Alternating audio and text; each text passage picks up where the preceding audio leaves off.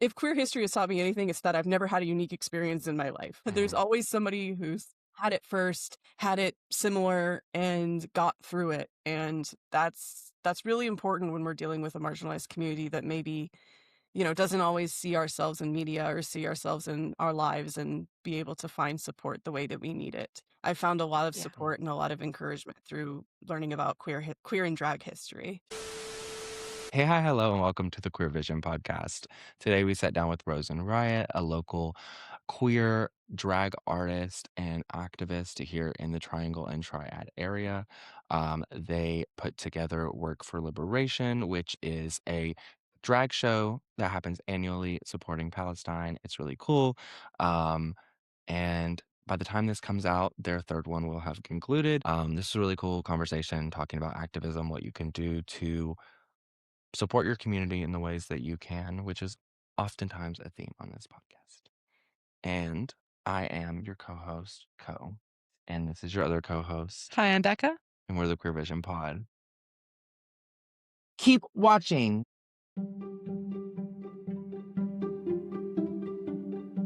Hello, and thank you for sitting down with us on the Queer Vision today. Of course. I was really excited when I got your email back, so I'm glad you thought I was worthy of an interview. Of course. Yes, of course. And I love your makeup. Oh, thank you so much. Yes. So essentially, we just start out by having you just tell your name, your pronouns, a little blurb about yourself, just so the viewers know you if they don't already. Yeah, I'm RosenRiot. My pronouns are they, them, both in and out of drag. And I am a drag performer. I mostly do drag queen stuff, but I sometimes also do drag king performances. A little less now. I've really been like finding my femininity again as a non-binary Mm, person. And so it's been super fun to explore something that like didn't really fit me when I was younger. I do a lot of activism in the local triangle community. I do a lot of my acts involve a lot of wax generally, so a lot of kinky stuff. But I also love just being super like colorful and theatrical mm. and bringing something new and exciting to my acts every single time. That's so cool. Yeah, I love that. I've definitely seen you around, at least on socials and whatnot, Yeah. and seen some of the shows you've put together. So there is one that I know I've at least seen twice, and may have happened more than that. I'm not sure.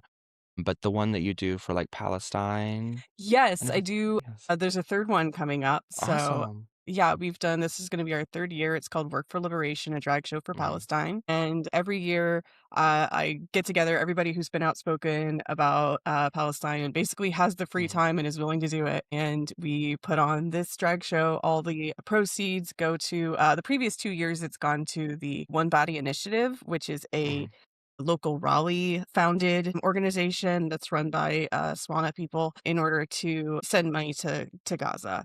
And but this year we're actually splitting the profits with all of the proceeds with Ruma, who has been our mhm, venue for the venue now and has been the venue for the past 2 years. They are in a weird flux state right now where they're having to look for a new space. And mhm, so we really wanted to, they're a mutual aid hub. So mhm, they're completely nonprofit. They're not like a business or anything like that. So we really mhm, Mhm. wanted to help them find a new space going forward because that's been our home. That's been our venue for 3 years. And so mhm. we'd like to continue to do it in the future. And I love, like, I think that's so important too to just like, I don't know, acknowledge how we can help in community, right? And sometimes it looks different at different times. And Yeah, yeah, for sure. yeah. I remember just when October 7th happened and like, Mhm, all this stuff was going on social media, all the misinformation, all the pictures, all the things. And I had actually been supporting Palestine since 2021, I believe. Mhm. So a little before everything kind of like mhm, it kind of came into the zeitgeist of the world. And I'd actually been quite outspoken and already being censored on social media mhm, because of speaking out about those things. And I was just like, oh gosh, what can I do? Like, this feels mhm, huge and nobody, it's been so long since, speaking about it for years and having everybody be like, what's Palestine? Do you mean Pakistan? And Oh, like, and then suddenly everybody knew what Palestine was and everybody wanted to do something about it, whether it was good or bad. And I was like, oh crap, I got to figure out what to do. And I was like, mhm, I know what I can do, which is I'm a drag performer. I can put on a drag Mhm. show. And I happened to be volunteering with Ruma at the time. I still am Mhm. volunteering with Ruma as a volunteer staff member. And so I was like, I already had all the connections. I was like, we can turn this into a drag show in no time. So it just started like that. And Mhm. I remember very like vividly being like, I want to make sure that this is not performative, that Oh, yeah. I think a lot of people who were speaking out at the time were speaking out because it was like the topic of the time. And now Mhm. 3 years later, I don't see some of those people talking about it still, even though it's Mhm. Mhm. definitely still an issue. Mhm. Yeah, I didn't want the show to be performative. I wanted people who were really speaking out and like not just like throwing up a graphic and then never talking about it again. And so I was keeping an eye on like social media and being like, who's talking about this? Who am I seeing waving Palestinian flags at shows? Who am I seeing buying kufiyas? Who am I seeing like doing these boycotting, like doing all of the Mhm. things? And Right. it's I was really impressed by how many people were actually, like, putting their money and their time and their platform where their mouth was, because Mhm. some people don't do that, and so we're always every year trying to have, like, new artists and more performers and things like that and different performers, but it's always been that core of, like, let's not make this an afterthought where I see and there's nothing invalid about, like, doing a pop song where you perform Britney and then throwing a kufiya out at the very end. Like, that's totally valid, and that's a valid form of protest, but I really wanted Work for Liberation to be like, "Let's think about, this isn't tagged on at the end. We want whole acts that are dedicated to Palestine, to Palestinian identity, to freedom, to liberation, to fighting oppression. And what does that look like, especially coming from Mm. like a queer perspective where we're also fighting oppression and fighting for liberation? What are the kind of, bonds and the ties and the solidarity that we can find there? And we found a lot of solidarity. The first Mhm. year, I mean, we've been struggling with censorship, which is like the biggest problem that we have promoting the show, is like as soon as we put the word Palestine on a flyer, it's over. And it has to Mhm. be us collaborating with other groups or putting up flyers in person and things like that. Like real down and dirty promotional work that I think a lot of Mhm. other shows don't have to do. Right. But the first year was so incredible. I didn't expect anybody to show up. I was like, nobody's gonna come out to this drag show for Palestine. Like, you know, everybody's talking about how they would throw us off a building if we were over in Mhm. Palestine. Nobody's gonna show up to this. And actually, I was flabbergasted, but also in the best way. First of all, the first thing I noticed is when I talked to people in the Palestinian community that I was doing activism with, a lot of them didn't know what drag was, which was Mhm. refreshing because I think when we think about like bigotry and we think about religion, especially coming from like a Southern queer context of like Mhm. having grown up around Christianity and Christian denominations, we're like, oh, they know what drag is and they hate it. They think it's this perverted, sexualized, we're molesting children, we're pedophiles, we're all these things. And the Muslim community that I was interacting with in the Palestinian community didn't have didn't even know what drag was to be able to hate it or love Mhm. it. And it was Mhm. actually like, this is so liberating in and of itself because the biggest problem I run into, especially as an AFAB performer, is that when I say, oh, I do drag, I get one of two reactions, which is, one, you mean like RuPaul's Drag Race? It's like, well, not like that because I wouldn't be allowed on RuPaul's Drag Race. And then, the second reaction is, go to hell, Mhm. you're a piece of shit. I hope you die, you faggot, or whatever. And Mhm. Right. so like to just have like a truly neutral blank slate palette to be able to Mhm. be like, this is what drag is, and it's really cool, and we like standing up for other oppressed people, and we hope that we can help, was like just such an opportunity that I don't think I'm ever going to be able to experience again because people do come into drag with such preconceived notions. And it turned out that when we had the first show, we packed the building. We actually went over capacity. We weren't supposed to. Whoops. But we couldn't keep people out. There were so many people at the door, and almost half the audience was Palestinians or people of Arab Oh, descent, and wow. we were like really shocked at that. So a lot of people's Mm. first interaction, like truly first interaction with drag, no idea what it was them standing for Palestine, and I think that's Mhm. beautiful. That is really Mhm. cool. I really love that, and I think it also, like just, like, your view on, working with Palestinian people and, like I think it's refreshing because it's that reminder of, like I don't know, the education and educating people can be so important, and not listening to those preconceived notions always, Yeah. because some people just don't really know, and obviously Something there's that people I've that are known and are learned hateful, but Yeah, something I've learned working with, like, especially people of color and more like Palestinian community, but also just Mhm, generalized communities of color, is that there's a really big difference between ignorance and bigotry. I think when you come from like a mhm, Mm, white Southern perspective, like white Southern queer perspective, we're so used to seeing those two being conflated. And the truth mhm, is they're very different. There is true ignorance in the world, like the true mhm, experience of not knowing anything, and mhm, which is very different from prejudice or bigotry, where they have where they yes they don't they think they know something and they think they hate it, right? Those are very different things, and one of those is way easier to correct than the other.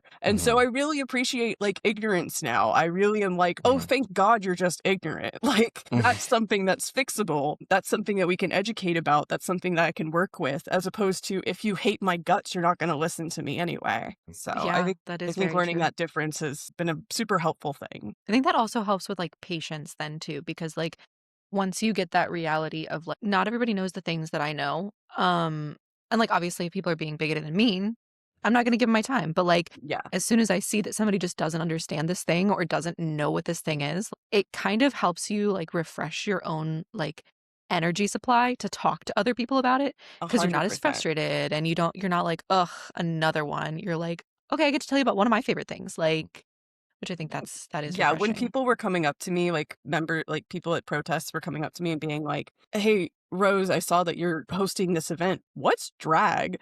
And I just like at first I was like, wait, I've never actually had to explain this before. Hold up. Like everybody always has their own idea of what it is. It's a man dressing as a woman. And it's like I'm usually so having to debunk things, or like, hey, let's walk it back. You don't have the right idea about this. Even from well-meaning allies, right? So like just like the true ignorance, I was like, oh my God, thank God. I can't wait to tell you about drag. Do you know how much I've been waiting for someone to just ask me what drag is? Like, I didn't know it was something I needed until it happened, and then it would just kept happening. Rose, what's drag? Rose, what's drag? I don't understand what's drag. Please tell me what drag is. I was like, yes, like So what got you it's truly good experience. good? What got you into drag in the first place? Actually, so I started drag in a different state. I started in Tennessee. mm, But it wasn't the best scene that I was in. And yeah, I dealt with a lot of issues fitting in, staying safe, and even though a lot of people were encouraging me to do drag, nobody really wanted to actually help platform me or put me on a stage or Mhm. anything like that. mm, So I just stayed in audiences forever. I eventually left because frankly the scene became too dangerous. There was a lot of protecting abusers, unfortunately. mm, And I didn't vibe with that, and I called it out, and nobody liked that. uh, and so I was like, well, I just ruined my drag career, and this is something I really want to do, so I guess I'm moving somewhere else.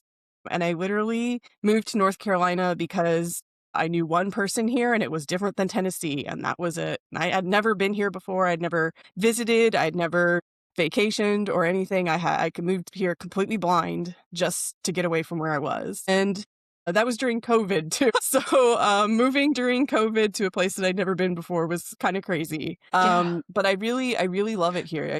It feels like I was always supposed to be here. Especially when I think about like, Ruma, being able to volunteer there, which has given me so much joy. Finally able to have to be on a stage, not have to wait for anybody else's permission.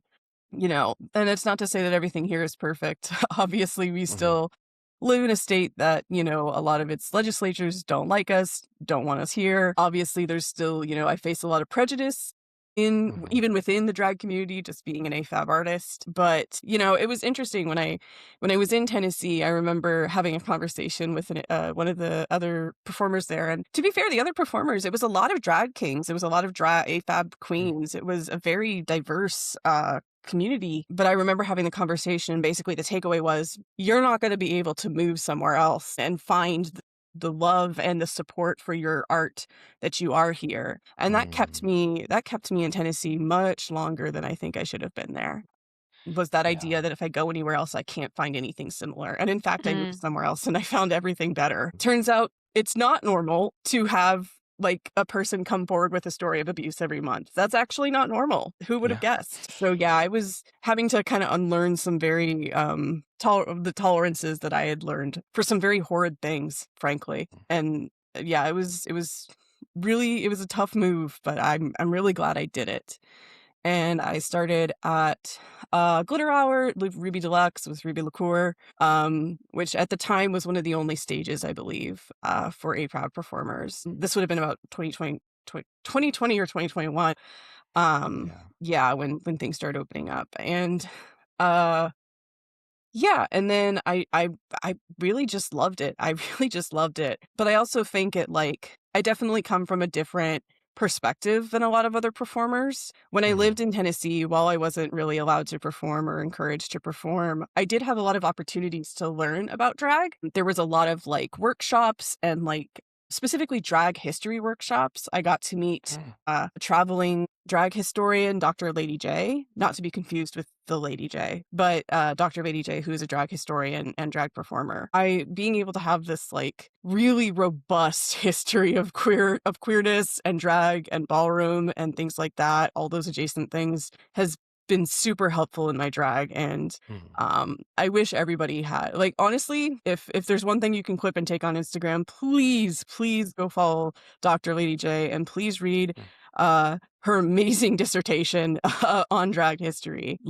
There are people really doing the work to preserve our history and make sure that it's Mhm. known, and it's really grounding and inspiring to realize that, there's nothing. If queer history has taught me anything, it's that I've never had a unique experience in my life. There's Mhm. always somebody who's had it first, had it similar, and got through it. And that's really important when we're dealing with a marginalized community that maybe, doesn't always see ourselves in media or see ourselves in our lives and be able to find support the way that we need it. I found a lot of Yeah. support and a lot of encouragement through learning about queer and drag history. Yeah. Yeah. I would that's just I don't know. I'm just taking it all in still. But no, I do think I wish there was more, education, and it obviously is harder because it's so kept behind a curtain, it feels from Yeah. society as a Yeah. whole. And you really do have to go in and do your own digging and research and find local communities and see who's keeping track of things, and Yeah. some way or another. There was something else I was gonna say. I mean, Tragic. it makes sense though, because it's because our community is Mm. trying so hard to survive, it's less emphasis on the history of it and keeping Mhm. that alive and more on keeping the people alive. So Mhm. it does make sense that we've lost a lot of history. And then plus the fact that we had the AIDS crisis, that Mhm. is our history, right? Yeah. We don't Yeah, have our a history lot of the literally people that would have died. remembered it. Exactly. Yeah, a lot of Yeah. people that remembered a lot of stuff and would have passed it down are gone Yeah. and can't speak about it. For Yeah, sure. we've had a lot of tragedies, but I also think I don't know, when I read about queer history, when I learn these stories, it's yeah, usually I'm gonna be honest, especially if you're looking about the 50s to the 80s, that person died tragically. That person died really Mhm. tragically in an unfair and unjust way that never got any kind of justice or Mhm. reparations. And that is the unfortunate truth of our community for so long. But at the same time, they lived beautifully and gorgeously and proudly as they possibly could. And I think that's the shit that keeps me going, is knowing that, god damn it, there were people throwing bricks. There were Mhm. people performing in reviews and getting cis het people's money, left and right. And Mhm. isn't that what it's all about, right? Isn't that the reparations we need? Isn't that, Mm. the resistance? Isn't, you Mhm. know, being yourself in a world that says, don't fucking do that, don't you dare, and Mhm. doing it anyways? I think we're finally in a Exactly. generation where we're starting to have some good ends to our stories, but that doesn't Mhm. mean we can't learn from the people who struggled before us. And in fact, I Exactly. take a lot of inspiration from them, especially in my politics, especially in my politics. And I think we almost, have to in some ways, keep know some of it at least so Yeah. that we can continue to move forward and survive and realize okay, like you said, you get that it gives you the inspiration, it gives you the reminder of, hey, we've fought worse than this. or we've Yeah. fought things similar to this, like it's not the first time and Yeah. it may not be the last time because that's humanity, that's life. Like, but we keep getting up and we keep being ourselves every day and we keep, giving the best, living the most truthful life that we can in that moment. And I Yeah. think that's where that difference is Something, made. oops, sorry. No, you're good. Something that I write a lot of poetry about queer Hmm. history. I do a lot of that's another thing I do is some drag poetry sometimes if it's Love that. requested. I know most people going to a drag show are like, hell yeah, let's, dance to Britney. And first of all, never done that. I'm a very gothy kind of like theatrical person. So, doing the splits to Britney's never been my thing. No shade, but that's not Yeah. my thing. But I think even less people are like, yeah, let's go to a drag show to listen to a drag queen read poetry. But when it is requested or when Mhm. it is, preferred or fits the theme, Mhm. I love reading stories about the queer experience and reading poems about like drag history and queer history. And one of the lines, I can't remember it precisely, talking about Marsha P. Johnson and how her being like she was talking about her being assaulted in her youth and how it Mhm. wasn't any different from her adulthood because there were laws in New York City about not dressing like how you could dress in accordance with your gender. And so she was Mm, constantly assaulted by cops looking under her skirt to make sure that she could wear it. Mhm. And, and I think about like seeing the news that the Tennessee drag ban might pass. And I'm like, yeah, we've been through this before. And you know what? She was still able to do incredible things, even when the Mhm. government was telling her not to. And yeah. there's so many people who have, whether it was maybe they weren't, maybe they were a little bit closeted or maybe they were, having to hide some certain things about their life. But there were Mhm. so many people who still found ways to exist under what we've had so many Mhm. authoritarian regimes throughout the history of America, right? One could argue it's just been one big authoritarian regime the whole time, but we have survived this. We can look to the past to figure out how to survive in the present and the future, and I think we should. And you talk about like we're so busy trying to keep people alive in the present, and maybe that does give us less time to talk about the past, but I think the answer Yeah. to keeping people alive in the present is to talk about the past. Mhm. 100%. And I think that's a large portion of why I find Queer Vision so important. Like Queer Vision is the magazine and obviously the podcast, because I think that we are giving the living history of what has happened to like us so that the younger generations are like, "Oh, okay, cool." Or like even talking about the things that happened in the past, like Marsha P. Johnson, right? Like there are Yeah. a lot of younger people that they don't know that, so they can't look it up. You know what I mean? Like you Mhm. don't know what you don't know. And so I think it's important to like recognize, okay, things suck and it's okay to be upset by it, but then seeing and recognizing that there is that hope there. Because once you give that hope up, it's not going to get better. Like you can't push through and find the Marsha P. Johnsons or be the Marsha P. Johnsons if you're not at least hoping for something better. If not for you, then for the people after you. And I think that's like, I don't know, that's very important in like this community right now, I think, is like you said, like talk about the history now. Like you have to learn from it, but also remember we are the history for some people. So like Yeah. your story is just as important as Marsha P. Johnson's was because you are doing that for somebody else right now by being yourself. 100%. In that same poem, it's called Bricks. It's talking about all of the people who are alleged to have thrown the first brick at Stonewall. There's a lot of different Mhm. testimonies because, first person to like testimony of people who were there is very Mhm. unreliable. And so there's a lot of Right. testimonies Mhm. about which person was the first person who threw the brick at Stonewall. Was it Marsha P. Johnson? Was it Stormy DeLavery? Was it, there's Mhm. all these different takes. And the conclusion that I come to in that poem is it really doesn't matter, actually. It really doesn't matter because it could have been anyone. And it still can be anyone. Anybody can throw a brick. Anybody can start a revolution. The thing that matters is that we all did it together. Is that one person Mhm. threw a brick and everybody else said, "We're throwing bricks too. We're gonna fight back." And I think that's the thing that makes me like worried about the present more than anything is when I look back at the past, I see a queer community that still had a lot of energy to fight. And because the fight was new to them, the idea of Mm. having liberatory, like gay liberation and any kind of rights is a recent thing Mhm. comparatively in our Yeah. history. And I think I'm starting to see like the fatigue, the despair kind of hit in. And I've felt it too. Like it's really hard to be both an entertainer and an educator.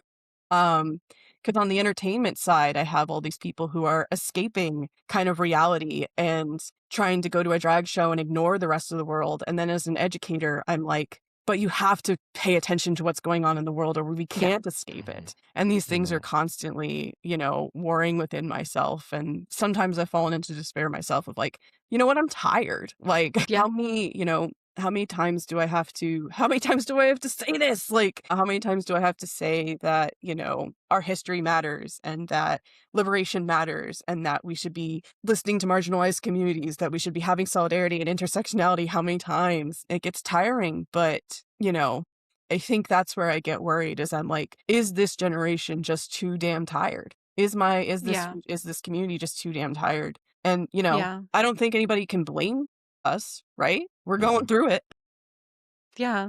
But I guess that's when I say like the past is so important to figuring out what to do in the present is, it's not to say that Marsha P. Johnson didn't despair, right? Like you can find hundreds of quotes from her being fed up, just absolutely over it. I mean, she was never not calling anything out. Same with people like Sylvia Rivera, right? Like Sylvia Rivera got up at a gay pride rally and was like, y'all better settle down. Y'all are having too much fun. You don't care about trans people. You're out here talking about gay liberation. What about trans people? We've always had these kind of internal fights in our community. We've always had the discourse, right? And it's just like, I understand that we're tired. I like to think that as someone who carries a lot of the history, I like to think that I carry the legacy as well. That, there's a reason that I wear the trans pride colors. I identify as non-binary, but I don't use the non-binary flag. I almost exclusively use the trans flag, and it's because it makes me feel connected to my trans ancestors, and they are my trans ancestors. Maybe there's no blood there, but those are my trans ancestors. I'm here because of them. I'm here because they made the strides that sometimes I'm even too scared to do. And so, I'd like to think that I hope that someday other people can realize that that's like a legacy that we have to survive because they survived, basically, right? Yeah. We can't drop this baton. We can't drop this pride flag colored baton now after all this. Yeah. Yeah. And we had a recent interview not too long ago with they were a practicing, I think, therapist, Mercedes, and she talked about social justice kind of as being a choir. And this conversation was reminding me a lot of that too, because it's also the reminder of like, yeah, a lot of us are tired. So it's like, what's the little thing that you can do? What's the little note or instrument that you can play? Like you Yeah. even said, is that hosting a drag show? Is that creating space for this community or this community? Is that throwing a brick? Yeah. Is that the Or right word? is it putting a post up? Is Yeah. it talking to people? Is it educating the people?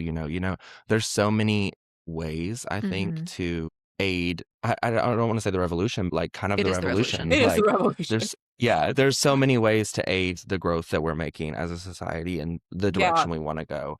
But in that, I think Mhm. piggybacking off both of you, I think it is also important to recognize whenever you are fatigued Yeah. that you need to take a break. Yeah. Like I've talked to my therapist about this, like to no end, obviously, because everything is going on. And it's like, especially because we're in the age of technology and then everything seems like it's falling apart. It's like, okay, well, I'm getting info from over here and over here and over here and over here. And this world is falling apart. And this one's another genocide. And this is another person that got murdered. And this is blah, blah, blah. And it's like, what can I put my focus towards? And then sometimes it's too much information and you have to be like, I'm actually really overwhelmed right now. I'm going to step back, take a break. I'm not blocking everything out and pretending it's not happening, but I am resetting my energy so that I can do something and so I can figure out which thing to focus on because which thing am I going to actually help? Because okay, well, if 10 people are sharing that thing about somebody getting murdered, me sharing it isn't going to do anything.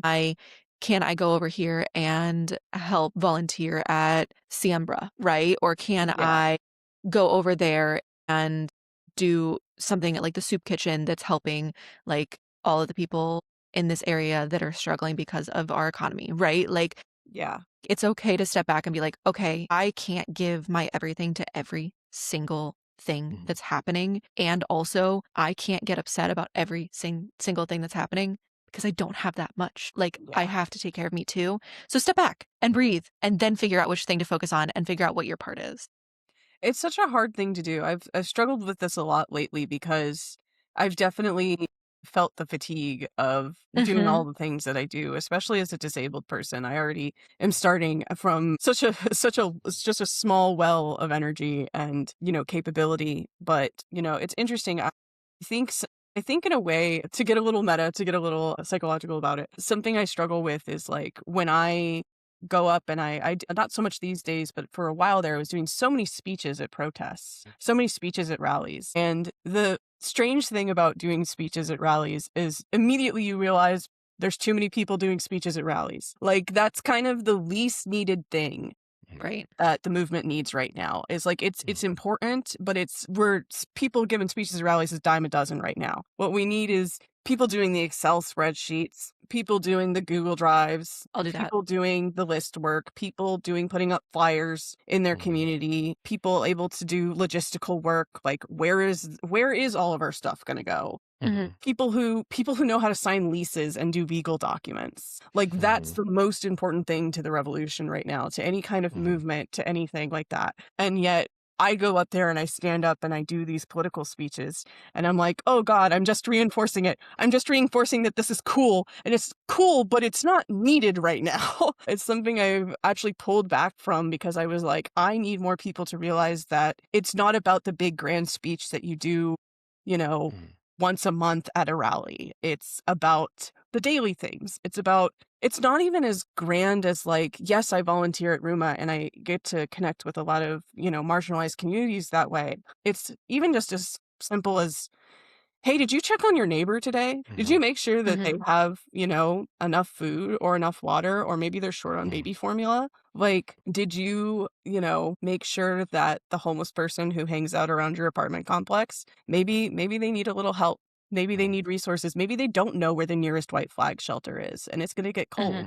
Do you have that information? Can you Google that for them? Like, we think of a revolution as this grand thing, and it is a grand thing, but it's made up of the tiny actions. And in fact, I would argue that the tiny actions that happen every day are more important than any grand gesture that you give once a month or even once a week or once a year. It doesn't matter. Like, the grand gestures, you have to have the foundation, the bedrock for those grand gestures to mean anything, And so I have pulled back from like doing the political speeches because I was like, I'll do it if somebody really asks me to, if somebody really needs that and there's nobody else to do it. But I know that I'm helping make a better world when I go to Ruma and I just make sure that some of the houseless folks that are there are talked to, that somebody asked how they were doing that day and if they were okay and needed anything. Because that's a lot more love being put into the world than generally happens. Yeah.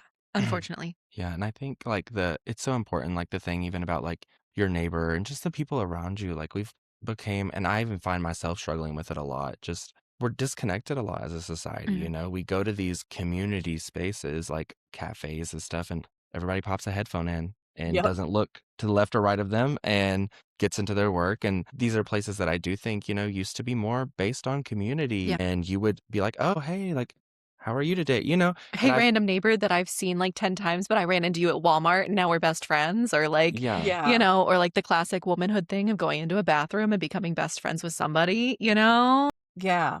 I think And there's it's also just, like an aspect of it that's like I hear a lot of people talking about third places lately, and I do appreciate that. We should be talking about third places. Something that people always forget with third places, it needs to be free. How many free that is places true. do we have in the world right now? You can't go to a coffee shop and just sit down And and that's do why your they're work getting rid of because they libraries. get pissed at you.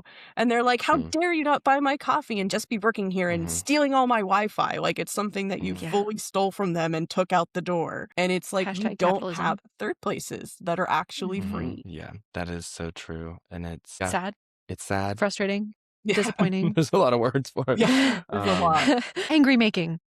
But that, I guess it's just like it's more it has to be more fuel, right? It makes you pissed, and so it Yeah, has to be more fuel to be like, okay, we should carve out a third space actually. Actually, whenever you were talking about your poetry, I was like, can we have it? Because like seriously though, because we always want to put stuff in the magazine that's like, especially whenever it's things like that, right? But like So if you would like to share, if you were willing to share it, we'd love to Yes, have I'm that. always willing to submit to Awesome. I just was, like, Awesome. a little nervous. 'Cause No, no, no, I'm no, always like, when seriously. people are like, "I have a zine and it's multimedia," and I'm like, "Okay, but what does multimedia mean?" No, seriously. I put up, if you wanna see, like, what our magazine actually, like, looks like and entails and stuff like that, I Yeah. put up the first one, and then, like, this January one is free on the website, so Oh, you can, like, nice. see, like, Yeah. we would love to have your stuff in there, but then also, if you would like to do a writing critique group, we have that now.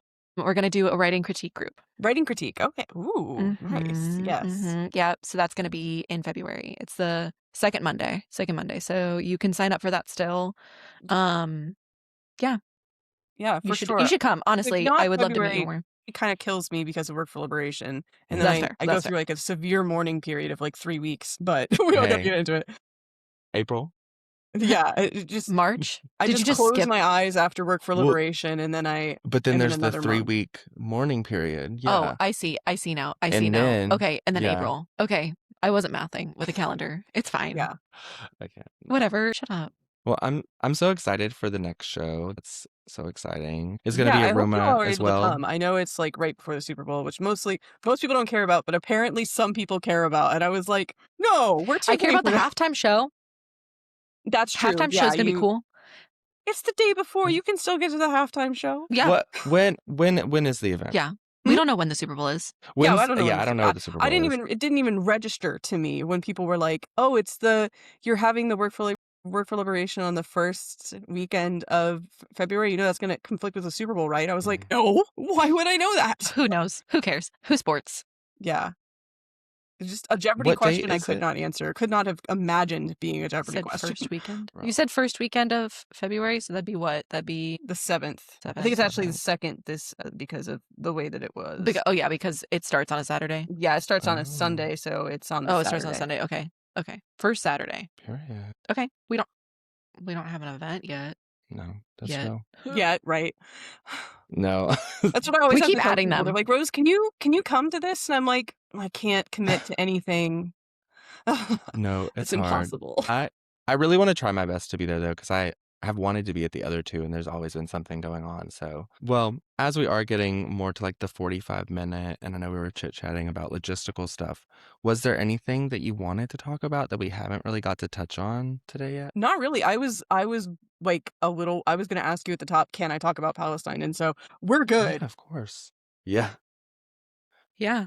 Yeah, no, So, we want you to talk about, the causes that feel most passionate to you and Yeah. close to your mhm. heart. And we also are of the same belief as Yeah. well, which I don't know that we've necessarily Yeah, we said haven't it like all on voiced the all of the things that podcast, we care but about, but let's be yeah, 100% honest. If you like, don't think that we care, then yeah. you're dumb. Like, if nobody's heard it yet, like, obviously, Yeah. fuck Trump, fuck ICE, free Yeah. Palestine, free Congo, We free got a Sudan. long Like, list these days of things yeah, that we there's a gotta list. post. I It's such a lengthy. basically fuck capitalism. Can we just say that? The- Fuck Yeah. capitalism, fuck wars. And fuck Bingo. Fuck authoritarianism. capitalism. There we fuck go. wars, No, bro. 100%.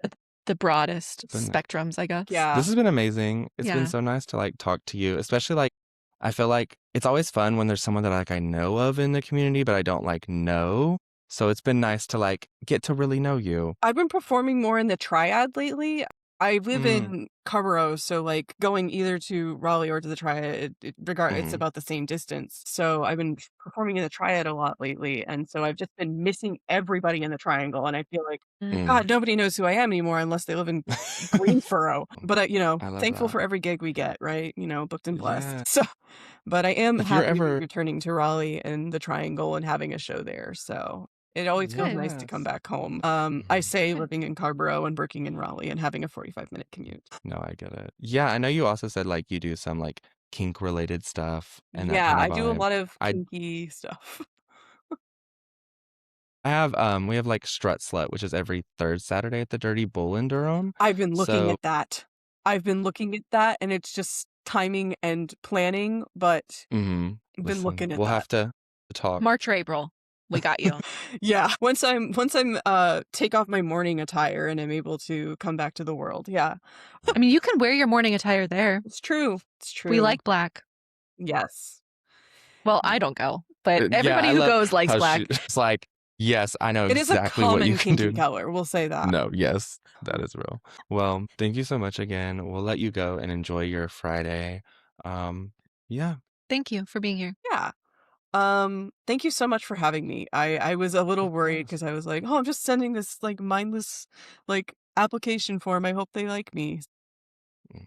No, we're Absolutely. It always feels so impersonal, but this is much more personal, and I'm glad that we got to have this conversation. Yeah. yeah, it's so hard to keep up with like all the people. It's always so So much many people. easier to like fill out the form, which I also understand what you're saying though, because it does feel so like I'm writing about I'm myself in sending this something into the form. void. Hope I get something back. Yeah. Yeah. But that is the best way for sure. So thank you. Yeah, and for anybody out there who does want to apply, you should. Also, it may take me some time to get back to you because we are carrying every plate with this business, but we will. Yes. Heck we yeah. will do that. So I think I took like 2 months to get back to you. Sorry about that. If you did, I didn't notice. Okay, good. I'm just an Timeline illusion. is. Do you have any socials you want to share before you? Everything is Head out? at RosenRiot Drag. I'm here for Okay. that branding. I hate social media, but if I'm gonna Mhm. do it, I'm gonna do it right. It's at RosenRiot Drag on everything, And and it's yeah, also at enjoy your RosenRiot day. Drag on GeoCities now. Not GeoCities, Tea. NeoCities, which is like a GeoCities Neocities. revamp. I now have like a website, and it's in HTML, and it's sparkly. Oh, period. Wait, I'm gonna have to look into this. I've never heard of this. Neither have Yeah, I. no, it's like full MySpace HTML coding. It's wonderful. Oh, I live. Do you get to like put music on your Yeah, you can do page it. whenever You you can like do go? it in HTML or JavaScript or CSS. You can do it. I mean, I can't code for shit, but I could Google. Yeah, no, that's all I've been doing. I didn't have a MySpace when I was a kid because my parents wouldn't allow me to. My parents didn't let me either, but I did it. I was a good little girl. I don't know what you're talking. For the longest time, I couldn't figure out how to code, and one of my friends put Grills as my page song. So when people went to my page, it was Grills. That's gross. I don't even know if I know like how that song goes, but I just know it's I'll play it for you after. It's yeah. a choice. It's a song. It's a I song. enjoy the song. I don't think it should have been my homepage. Sounds like it might not have been. But I yeah, I'll should be. have gotten. That's my soft launch of my website, which will be hard launching on my social media at some point. So Ooh, Hell yeah. that's I mean, by the time exciting. this comes out, then it should be out, I hope. it should be out. It'll be in March or April. One of the two. Tea. It should be Well, out of the closet. Like all of us. okay. Thank you so much. All right. Bye. Have a good Bye. weekend. Stay warm.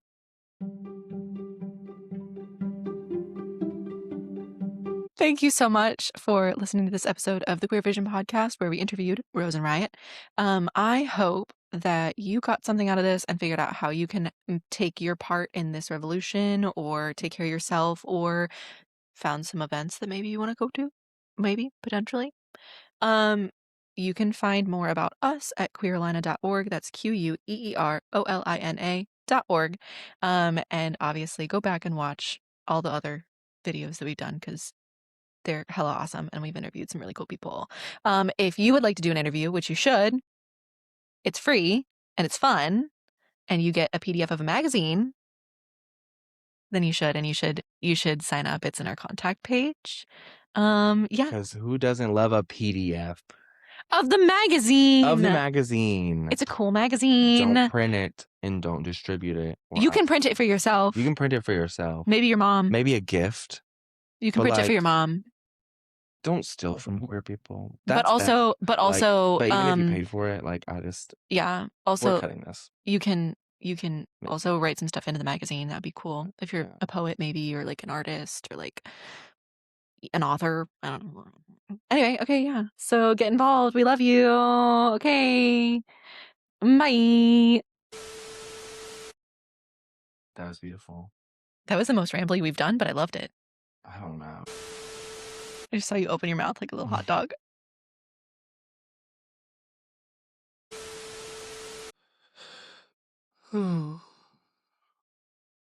What are you looking at? I was trying to see if I could find the video. Video. The video idea. Okay, here. Let's do the intro outro.